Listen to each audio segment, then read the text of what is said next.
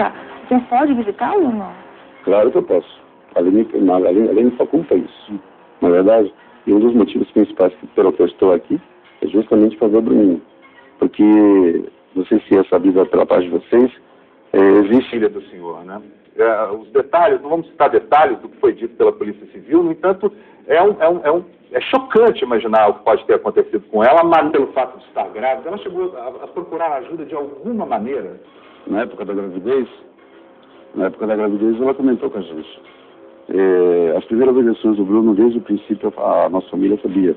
Porque quando nós temos uma visão bem pequena, pelo que eu sei. Eu sou leigo em leis, mas eu sei que qualquer envolvimento, um ficante, ou seja, um namorico e passou para frente. Para a polícia, automaticamente ela já pode convocar a ONG e já tem assessoria jurídica para que se faça cumprir a lei.